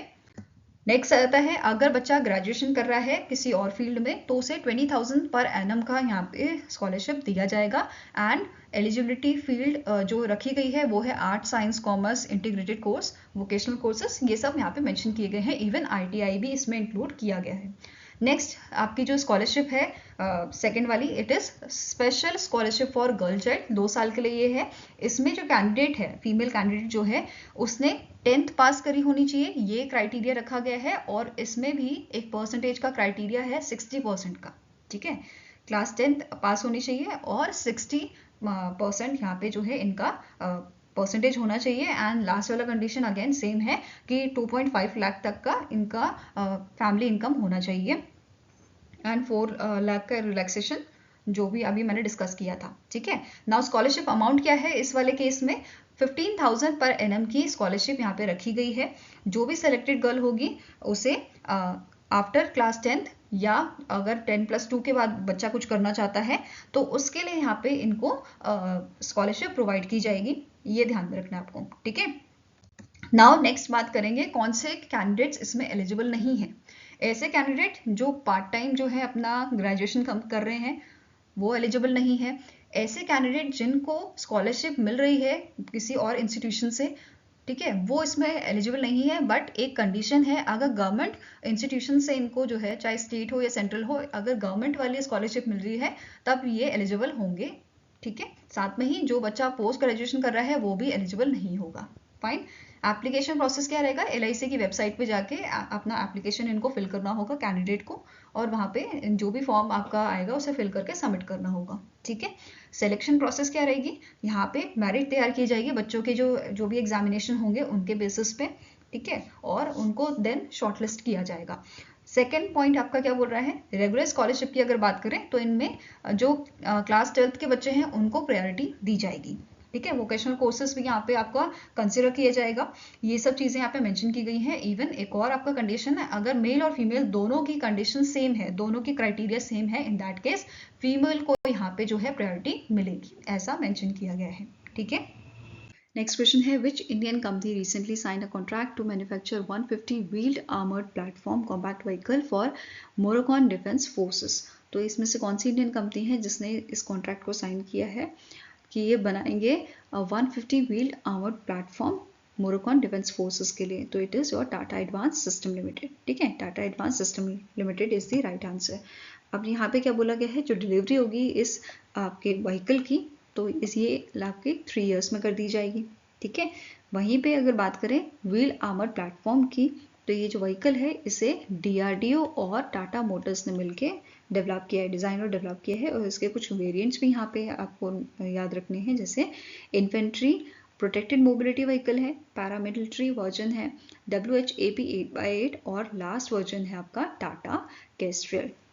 ओके। नेक्स्ट क्वेश्चन है, name the company that recently in September joined utilities for net zero alliance UNEZA, जिसे COP28 में launch किया गया था, to add to help India's net zero goal.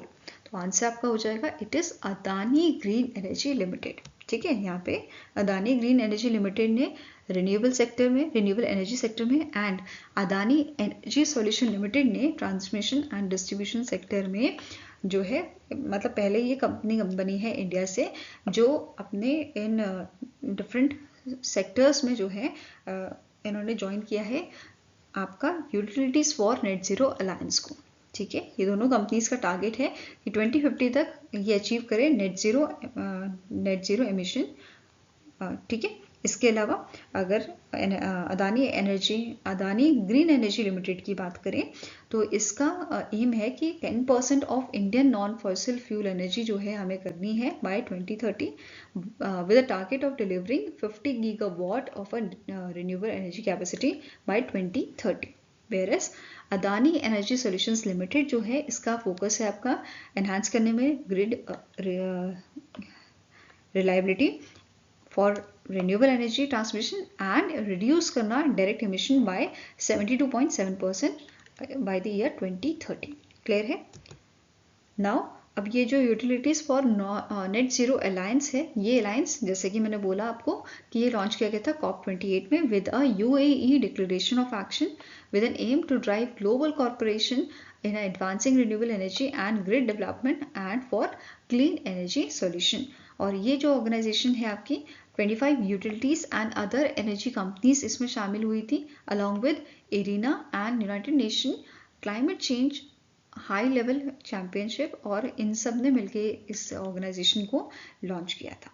Clear है? Next is the union minister Sarbananda Sonowal, जो ministry of port shipping and waterways के आपके minister हैं। इन्होंने रिसेंटली लॉन्च किया था एक मिशन, क्रूज भारत मिशन, जिसका नाम है from dash city to enhance India's cruise tourism sector. तो रिसेंटली इन्होंने मुंबई महाराष्ट्र से जो है क्रूज भारत मिशन को लॉन्च किया था, जिसका मेन एम क्या है कि आने वाले 5 सालों में 2029 तक हमारा टारगेट है कि हम डबल करें क्रूज पैसेंजर्स को, और साथ में ही अभी जो आपके पैसेंजर्स है इसकी संख्या क्या है, 4.6 लाख पैसेंजर्स हैं, इसको भी हमें 50 लाख में कन्वर्ट करना है बाय द ईयर 2047। तो ये दोनों टारगेट लेके हम चले हैं। फाइन। अब जो इनिशिएटिव है ये 3 की सेगमेंट्स में आपका फोकस करेगा। कौन कौन से सेगमेंट्स हैं? It is ocean and harbour cruise, next आता है river and inland cruises, and the last is island and island cruises. तो ये 3 आपके की सेगमेंट्स हैं जिसपे इस इनिशिएटिव का फोकस रहेगा, जिसका टारगेट क्या है कि हमें जो पैसेंजर ट्रैफिक है, पैसेंजर जो है ज़्यादा से ज़्यादा हमें बढ़ाने हैं। ठीक है। नेक्स्ट क्वेश्चन है, which among the following ministry has launch the जल ही अमृत scheme under Amrit 2.0, which is Atal Mission for Rejuvenation and Urban Transformation to promote effective water management। तो इनमें से कौन सी मिनिस्ट्री है जिसने जल ही अमृत स्कीम को लॉन्च किया है? ज़्यादातर बच्चे इसमें मिनिस्ट्री ऑफ जल शक्ति टिक करेंगे, but answer here is ministry of housing and urban affairs. इन्होंने इस स्कीम को लॉन्च किया था अमृत 2.0 के तहत। ठीक है। नाउ अब स्कीम की बात करें तो मेन एम क्या है? सपोर्ट करना, प्रमोट करना इफेक्टिव वाटर मैनेजमेंट को।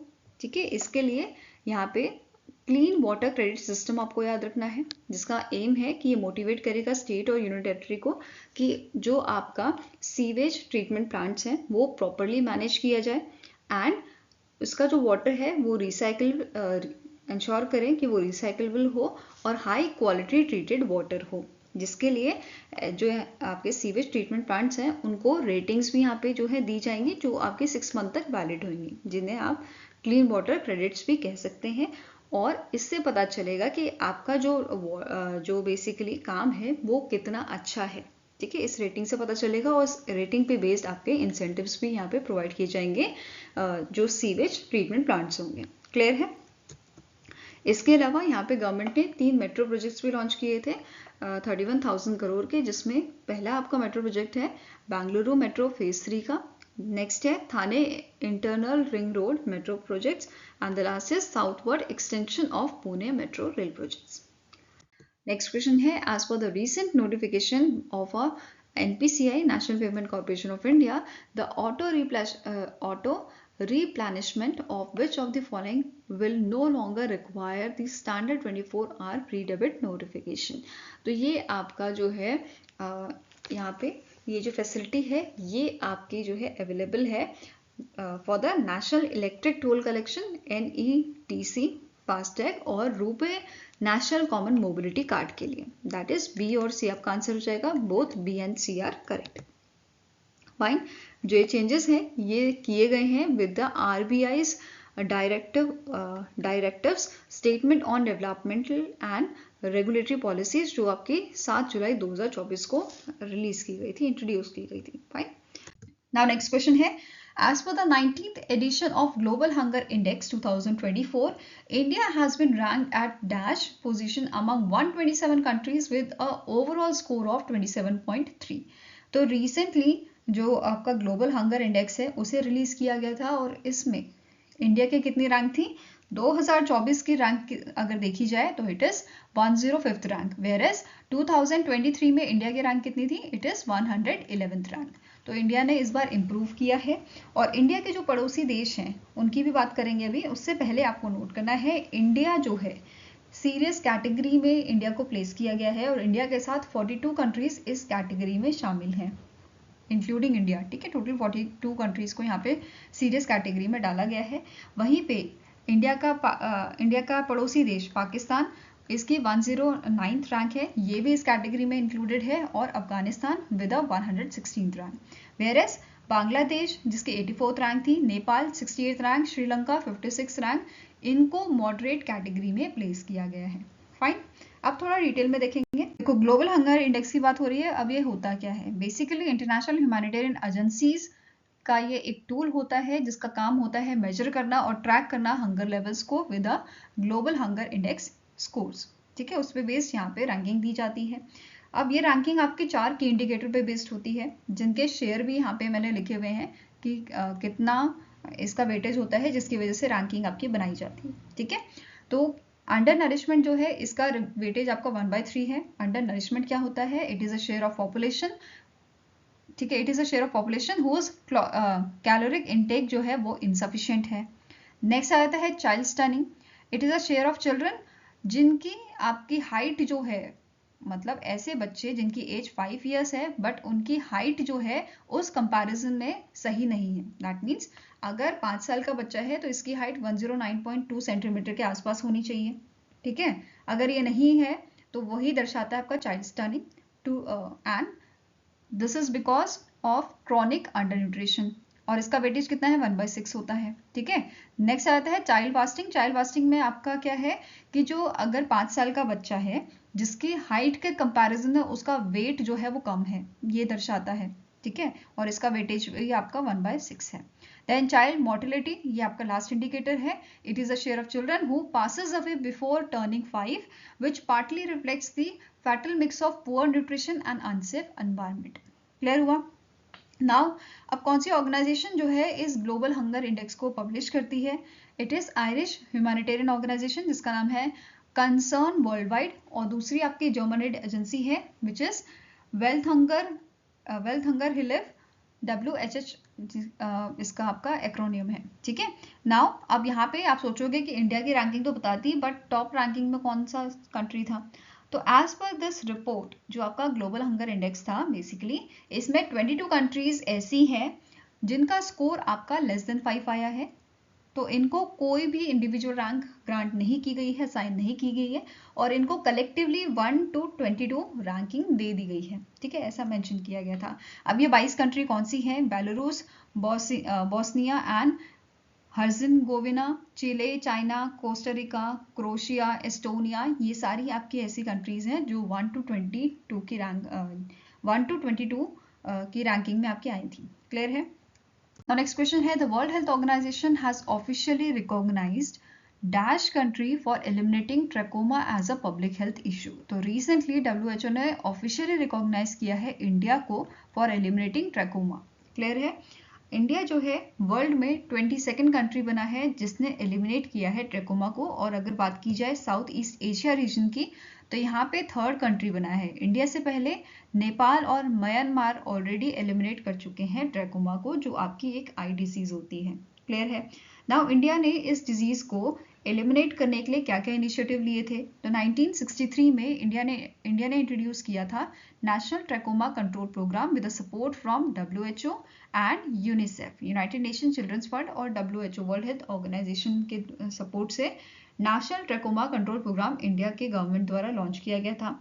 इसके बाद 1976 में national programme for control blindness and visual impairment आपका लाया गया था। फिर इसके बाद WHO सेफ स्ट्रैटेजी अपनाई थी इंडिया ने, और 2017 में इंडिया को डिक्लेयर किया गया था free from infectious trachoma. And अब यहाँ पे फ्री तो मतलब इंडिया में कोई केस नहीं आया, इसका मतलब कि इंडिया में खत्म हो गया था ट्रेकोमा, बट WHO एक सर्वे करवाता है डिक्लेयर करने से पहले किसी भी कंट्री को कि कंट्री ने एलिमिनेट कर दिया है जो भी आपकी स्पेसिफिक डिजीज होती है उसे। तो ये सर्वे क्या कहलाता है? इट इज नेशनल, मतलब जो इंडिया में किया गया था ट्रेकोमा के लिए, इट इज नेशनल ट्रेकोमेटस ट्राइकेसिस DT सर्वे जिसे हम बोलते हैं। ये आपका 2021 से 2024 तक हुआ था, और अब 2024 में WHO ने डिक्लेयर किया है इंडिया को ट्रेकोमा फ्री। क्लियर हुआ? नेक्स्ट क्वेश्चन है, the Indian army has unveiled its first upgraded T90 Bhishma tank which is manufactured under a licence agreement of with which country? तो कौन सी कंट्री के साथ ये मैन्युफैक्चरिंग लाइसेंस आपका जो है हुआ है इंडिया का? तो इट इज रशिया। ठीक है, तो आंसर यहाँ पे क्या हो जाएगा? Option number B. Indian army ने रिसेंटली मॉडिफाई किया है या अपग्रेडेड वर्जन जो है T90 भीष्म टैंक का, वो यहाँ पे अनवील किया था, और इस सेरेमनी को अटेंड किया था जो चीफ ऑफ आर्मी स्टाफ है। करंटली कौन है चीफ ऑफ आर्मी स्टाफ? इनका नाम है उपेंद्र द्विवेदी। ठीक है, क्या नाम है इनका? उपेंद्र द्विवेदी। ठीक है, नाउ अब यहाँ पे आपको नोट करना है जो टैंक्स थे ये प्रोड्यूस कहाँ किए गए थे? हैवी व्हीकल फैक्ट्री इन दी चेन्नई तमिलनाडु। और यहाँ पे क्या बोला गया है कि जो इंडियन आर्मी है इन्होंने ऑर्डर तो किए थे 1657 T90 टैंक्स, और करेंटली कितने पे ऑपरेट किया गया है? 1300 यूनिट्स पे। तो एक इसका जो राउंड है वो कंप्लीट हो चुका है। सेकेंड राउंड की जो टेस्टिंग है उसमें बोला गया है कि यहाँ पे मिसाइल फायरिंग जो है वो इंक्लूड की जाएगी, और DRDO की तरफ से ये बोला गया है कि जो टेस्टिंग है इन T90 टैंक्स की, ये आपकी बाय जनवरी 2025 जो है ये टेस्टिंग कंप्लीट हो जाएगी, और इट इज एक्सपेक्टेड कि बाय 2027 तक ये इंडक्ट भी किए जाएंगे हमारी इंडियन आर्मी में। क्लियर है? नाउ लास्ट आपका पॉइंट क्या है? जो ओवरऑल बेसिकली जो मॉडिफिकेशंस यहाँ पे किए गए थे वो किसने किए थे? Corps electronics and mechanical engineers द्वारा ही किए गए थे in new Delhi based 505 army based workshop. Clear हुआ? Now next is name the NASA spacecraft that was recently launched from Florida, USA under the Europa mission to study Jupiter and its moon Europa. तो इनमें से कौन सा mission है जो इसके लिए लॉन्च किया गया है? It is Europa clipper. क्या नाम है इस स्पेसक्राफ्ट का? यूरोपा क्लिपर लॉन्च किया गया था स्टडी करने के लिए जुपिटर और इसके मून को। क्लियर है? इसके अलावा जुपिटर के लिए जो अदर आपके मिशंस हैं, जो एक तो नासा ने लॉन्च किया था जूनो मिशन, ठीक है, और दूसरा आपका है यूरोपियन स्पेस एजेंसी ने लॉन्च किया था इस मिशन को जिसका नाम है juice, Jupiter IC moons explorer. Fine. NASA की बात करें तो इसके करंट एडमिनिस्ट्रेटर हैं बिल नेल्सन, हेडक्वार्टर लोकेटेड आपका वॉशिंगटन डीसी में, और स्टैब्लिश किया गया था नासा को 1958 में। फाइन। नेक्स्ट क्वेश्चन है, the union minister Nitin Gadkari, ministry of road transport and highways के जो आपके मिनिस्टर हैं, इन्होंने रिसेंटली एक आपकी जो मीटिंग थी वो एड्रेस की थी, जो समिट थी वो एड्रेस की थी, जिसका नाम है 12th confrontation of Indian industry bio energy summit, जो न्यू दिल्ली में हुई थी। अब इस मीटिंग के दौरान इन्होंने हाईलाइट किया था दैट कि जो इंडिया का एथेनॉल ब्लेंडिंग है पेट्रोल में, वो आपका इंक्रीज हुआ है। इनिशियली 2014 में ये आपका 1.53% था, फिर 2024 तक आते 15% हो गया, और इंडिया का टारगेट कब का है कि इंडिया को 20% जो आपकी इंडिया की मतलब 20% का जो टारगेट है इनका, वो कौन से ईयर तक का रखा गया है, तो 2025 तक का रखा गया है कि 2025 तक हमें 20% एथेनॉल ब्लेंडिंग करनी है। ठीक है, ये सारी चीजें इन्होंने हाईलाइट की थी। अब ये जो आपकी समिट थी, इसकी थीम क्या है? It is fuelling the future, securing India's green growth goal. ठीक है, ये इस मीटिंग की थीम थी। और इस मीटिंग में क्या हाईलाइट किया गया था कि जो इंडिया का एथेनॉल सिस्टम है, इकोसिस्टम है, इसमें आपके 400 एथेनॉल पंप है by the Indian oil corporation limited, और ये 4 स्टेट्स में है। कौन से 4 स्टेट्स हैं? कर्नाटका, तमिलनाडु, उत्तर प्रदेश और महाराष्ट्र में। इवन इंडिया में बायो कंप्रेस नेचुरल गैस जो है उसका प्रोडक्शन हो रहा है राइस स्ट्रॉ से। ठीक है, एंड यहाँ पे बोला है कि ये आपका बेनिफिशियल है अक्रॉस 475 प्रोजेक्ट्स, जिसमें से 40 ऑलरेडी आपके ऑपरेशनल्स हैं, जैसे पंजाब, हरियाणा, वेस्टर्न उत्तर प्रदेश एंड कर्नाटका में ये आपके ऑपरेशनल हैं। फाइन। नाउ अब यहाँ पे CII की बात करते हैं, इसकी starting information, confederation of Indian industry की। तो इसके करंट प्रेसिडेंट है आपके संजीव पुरी, हेडक्वार्टर न्यू दिल्ली में लोकेटेड है, and it is founded in the year 1895। Okay, next is name the key petitioner in the right to privacy matter who recently in October passed away। तो इनमें से कौन से आपके जो हैं फॉर्मर जज हैं कर्नाटका हाई कोर्ट के, जिन्होंने बेसिकली जिन्हें हम की पेटिशनर बोलते हैं राइट टू प्रिवेसी का, ठीक है, जिनका रिसेंटली डेथ हुआ है, तो इनका नाम आपका है KS पुट्टास्वामी। आंसर आपका हो जाएगा यहाँ पे ऑप्शन नंबर E। और ये आपके कर्नाटका हाई कोर्ट के जज थे 1977 से 1986 तक। फाइन। इसके अलावा एक स्टैटिक क्वेश्चन जो यहाँ पे बन सकता है राइट टू प्रिवेसी का, ये आपका फंडामेंटल राइट है इंडिया का, which protected under the article 21 of the constitution. तो ये आर्टिकल पूछा सकता है कौन से आर्टिकल के अंडर है आता है। ठीक है, और नेक्स्ट क्वेश्चन है, name the species that was recently found in a western Ghat. तो इनमें से कौन सी आपकी किंग कोबरा की स्पीशीज है जिसको जो अभी रिसेंटली वेस्टर्न घाट में हमें मिली है? तो इट इज योर ओफिकोफेगस कलिंगा। ठीक है, क्या नाम है इसका? ओफिकोफेगस कलिंगा। इसमें 4 आपके डिस्टिंक्ट स्पीशीज होती हैं। एक होता है आपका northern king cobra, then Sunda king cobra, western Ghat king cobra and Luzon king cobra. और यहाँ पे जो इनका जो आपका इनका जो जहर होता है ना, उसको हम यूज करते हैं, या फार्मा जो इंडस्ट्री है इसको यूज करती है फॉर द पेन किलर्स, जैसे कार्बोक्सिन और नाइलोक्सिन बनाने के लिए। नेक्स्ट क्वेश्चन है, name the digital platform that was recently launch by the Indian army for officers training. तो आपका एकलव्य मॉडल जो है, एकलव्य प्लेटफॉर्म जो है, वो इंडियन आर्मी ने रिसेंटली लॉन्च किया है। किस चीज़ के लिए? जो इंडियन आर्मी के ऑफिसर्स हैं उनको ट्रेन करने के लिए। क्लियर है? तो इस प्लेटफॉर्म का नाम क्या है? डिजिटल प्लेटफॉर्म का एकलव्य। फाइन। अब जो ये प्लेटफॉर्म है इसे डेवलप किया गया है under the Shimla based headquarter army training command with the support from army war college. तो जो एसेंशियल सपोर्ट था ये प्रोवाइड किया गया था आर्मी वॉर कॉलेज द्वारा। एंड जो बाइसेग एन है, Bhaskaracharya national institute of space application and geoinformatics, इन्होंने इस प्लेटफॉर्म को क्रिएट किया है एट अ नो कॉस्ट। तो ये इंपॉर्टेंट है। साथ में ही इसे होस्ट किसने किया था? आर्मी डेटा नेटवर्क द्वारा इसको होस्ट किया गया था। इसमें इस प्लेटफॉर्म में 90 कोर्सेज जो हैं 96 कोर्सेज जो हैं ये आपके जो है प्रोवाइड किए जाएंगे 17 कैटेगरी में, एंड इन कोर्सेज के माध्यम से ट्रेन किया जाएगा इंडियन आर्मी के ऑफिसर्स को। क्लियर है? नेक्स्ट क्वेश्चन है, which state government has launch a बिजली सखी योजना टू एम्पावर वुमेन। तो बिजली सखी योजना स्कीम को लॉन्च किया है छत्तीसगढ़ की गवर्नमेंट ने। यहाँ के जो CM है आपके विष्णु दियो साई, इन्होंने इस पायलट प्रोजेक्ट को इंट्रोड्यूस किया है और इसके तहत जो सेल्फ हेल्प ग्रुप्स हैं, ठीक है, यहाँ पे इनकी विमेंस, यहाँ पे जो विमेंस होंगी बेसिकली उनको ट्रेन किया जाएगा ताकि वो मीटर रीडिंग, आप सभी को पता है, आप सभी के घर में मीटर होगा, तो मीटर की रीडिंग पे बेस्ड आपका बिल बनता है, तो वो बिल देने के लिए कोई पर्सन आता है आपके यहाँ, ठीक है। तो जो आपका इलेक्ट्रिसिटी डिपार्टमेंट है उनको बेसिकली कुछ जगहों पे जो खासकर ट्राइबल एरियाज हैं वहाँ पे ये चीज़ कम्युनिकेशन करना और ये मीटर का बिल देने में थोड़ी दिक्कत होती है। इस वजह से यहाँ पे क्या बोला गया है, पायलट प्रोजेक्ट लाया गया है ताकि विमेंस को यहाँ पे तैयार किया जाए, वहाँ पे जो लोकल विमेंस होंगी उन्हीं को यहाँ पे जो है ट्रेन किया जाएगा ताकि वो कम्युनिकेट करें, और जहाँ पे डिपार्टमेंट को दिक्कत आ रही है, ठीक है, मीटर रीडिंग के लिए के रिलेटेड, तो वहाँ पे इन सखियों को बेसिकली वो भेजेंगे और काम और अच्छे से हो पाएगा। सिमिलरली आप ऐसा देखो, जैसे कोई सिनेरियो है यहाँ पे, ठीक है, जैसे आप कोई बाहर की सिटी से आए हो, ठीक है, बाहर की सिटी से आप आए हो, आप गांव में चले जाते हो या आप कहीं भी घूमने चले गए ऐसी जगहों पे जहाँ पे आपका लैंग्वेज अलग है और दूसरे पर्सन का लैंग्वेज अलग है, तो आपके बीच में एक पर्सन होना चाहिए, एक ट्रांसलेटर होना चाहिए जो आपकी बात दूसरे पे कन्वे करे।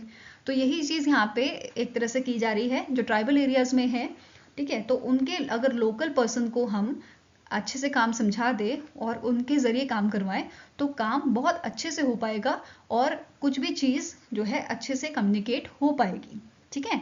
तो यही काम करने के लिए यहाँ पे 21 विमेंस को अपॉइंट किया जाएगा एज अ बिजली सखी, और पर मंथ उनको यहाँ पे 4,000 से 6,000 तक की सैलरी दी जाएगी। क्लियर है? नेक्स्ट आपका क्वेश्चन है, name the mathematician who has been awarded the 2024 SASTRA Ramanujan prize by the Shanmugha arts science technology and research academy, जो आपका तमिलनाडु में लोकेटेड है। ओके, सो यहाँ पे क्या बोला है, इनमें से कौन से पर्सन है जिनको ये अवार्ड आपका जो है अवार्ड दिया गया है इनको। बेसिकली ये अवार्ड सेरेमनी आपकी जो है दिसंबर में होनी है, बट इनको यहाँ पे सेलेक्ट किया गया है। इनका नाम है अलेक्जेंडर डून, ठीक है, क्या नाम है, अलेक्जेंडर डून, जो मैथमेटिशियन है आपके from the Georgia institute of technology from USA, और इनकी modular forms, half integral weight form और मेटा पैलेटिक फॉर्म्स के लिए इनको जो है यहाँ पे अवार्ड दिया जा रहा है, ठीक है। ये जो अवार्ड है ये आपका international conference on number theory जो आपका दिसंबर के महीने में होगा, ठीक है, वहाँ पे ये इनको अवार्ड दिया जाएगा। क्लियर है? अब इनसे पहले 2023 में रुई जियांग जैंग, 2022 में योकिंग टैंग, विल स्वान, 2021 में इनको अवार्ड दिया गया था, 2020 में शाई एवेरा एंड 2019 में Adam Harper from university of Warwick England. इन सभी को ये शास्त्रा अवार्ड जो है ये दिया गया था। फाइन, अब इस अवार्ड की बात कर लेते हैं। इसे स्टैब्लिश किया गया था 2005 में by the Shanmuga arts science technology and research academy in Tamil Nadu India. अब जो अवार्ड है इसको दो प्राइमरी पर्पसेस के लिए दिया जाता है। इसके दो पर्पस हैं बेसिकली। एक ऑनरिंग रामानुजन लेगेसी, मीन्स ऐसे लोगों को ये अवार्ड देना जो हमारे श्रीनिवास रामानुजन जी थे, मैथमेटिशियन थे, इंडियन मैथमेटिशियन।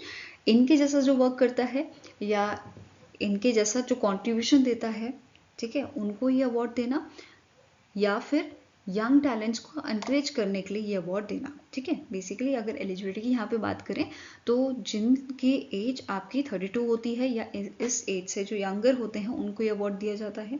तो कम उम्र में अच्छा काम करने वालों को ये अवार्ड दिया जा रहा है, ठीक है। अब प्राइज अमाउंट की यहाँ पे बात करें तो प्राइज मनी यहाँ पे $10,000 दिया जाता है, और ये अवार्ड एनुअली आपको दिया जाता है, ठीक है। साल में एक बार ये अवार्ड दिया जाता है। एलिजिबिलिटी जैसे मैंने बताया आपको 32 एज या इससे यंगर कोई पर्सन है जिसने अच्छी डिस्कवरी की है, अच्छा कंट्रीब्यूशन दिया है मैथमेटिक्स में, तो उनको ये अवार्ड दिया जाता है, ठीक है। नेक्स्ट क्वेश्चन है, which company has recently completed its 9th human space flight and 28th flight for the new Shepard programme. तो ये कंपनी आपकी है ब्लू ओरिजिन, ठीक है। ब्लू ओरिजिन ने रिसेंटली इनका 9वां ह्यूमन स्पेस फ्लाइट जो है कंप्लीट किया है, जिसमें 6 टूरिस्ट आपके थे, and 28th flight for new Shepard programme इन्होंने जो है अपना यहाँ पे कंप्लीट किया है, ठीक है। नाउ यहाँ पे एक चीज़ नोट करनी है, जो एमिली डॉन कैलेंडरली हैं, ये आपकी 100 विमेन बनी है जो ट्रैवल कर रही हैं आपकी स्पेस में, ठीक है, तो ये ध्यान में रखना है। नाउ ब्लू ओरिजिन की बात करें तो ब्लू ओरिजिन जो है ये एक USA based launch service provider है जिसके फाउंडर हैं जेफ बेजोस। हेडक्वार्टर लोकेटेड है आपको वॉशिंगटन यूएसए में and it is established in the year 2000, ठीक है। नेक्स्ट आपका क्वेश्चन है which among the following company developed India's first indigenous antibiotic nafithromycin with support from Biotechnology Industry Research Assistance Council, that is BIRAC, to combat antimicrobial resistant। तो इनमें से कौन सी आपकी pharma company है, ठीक है, जिसने डेवलप किया है इंडिया का पहला इंडिजीनियस एंटीबायोटिक नेफिथ्रोमाइसिन, जो डेवलप किया गया है विद सपोर्ट फ्रॉम BIRAC, ठीक है, किस चीज के लिए, किसको कॉम्बैट करने के लिए, एंटी माइक्रोबल रेसिस्टेंट को। तो आंसर यहाँ पे हो जाएगा, इस कंपनी का नाम है वॉकआर्ट, ठीक है। Answer here is option number C. और ये एंटीबायोटिक जो है इसे डिजाइन किया गया है कि ये ट्रीट करेगा, ये बेसिकली किसको ट्रीट करेगा, कम्युनिटी एक्वायर्ड बैक्टीरियल निमोनिया को, CABP को ये आपका ट्रीट करेगा, उसको क्योर करने के लिए, उसको ठीक करने के लिए ये दवाई आपकी एंटीबायोटिक जो है वो यूज़ की जाएगी और मार्केट में कौन से नाम से आएगी, मिकनाफ नाम से ये मार्केट में आएगी। नेक्स्ट क्वेश्चन है recently November minorities affair and parliamentary affairs Minister Kiran Rijiju has recently launched the Hajj Suvidha app 2.0 to enhance pilgrimage experience for smoother travel. The app is developed by, तो recently ये जो आपके app है हज सुविधा app 2.0 इसको release किया गया था और इसे डेवलप किया है BISAG-N ने, ठीक है। Bhaskaracharya institute for space application and geoinformatics ने इसे डेवलप किया है। साथ में ही यहाँ पे आपका किरण रिजिजू जो है इन्होंने इनॉग्रेट किया था conference of chairpersons of state and union territories हज कमिटीज, और ये कहाँ पे हुई थी, न्यू दिल्ली में आपकी हुई थी। और इस कॉन्फ्रेंस को ऑर्गेनाइज किया था हज कमिटी ऑफ इंडिया ने, जिसके आपके करंट चेयरमैन है AP अब्दुल्ला कुटी। क्लियर है।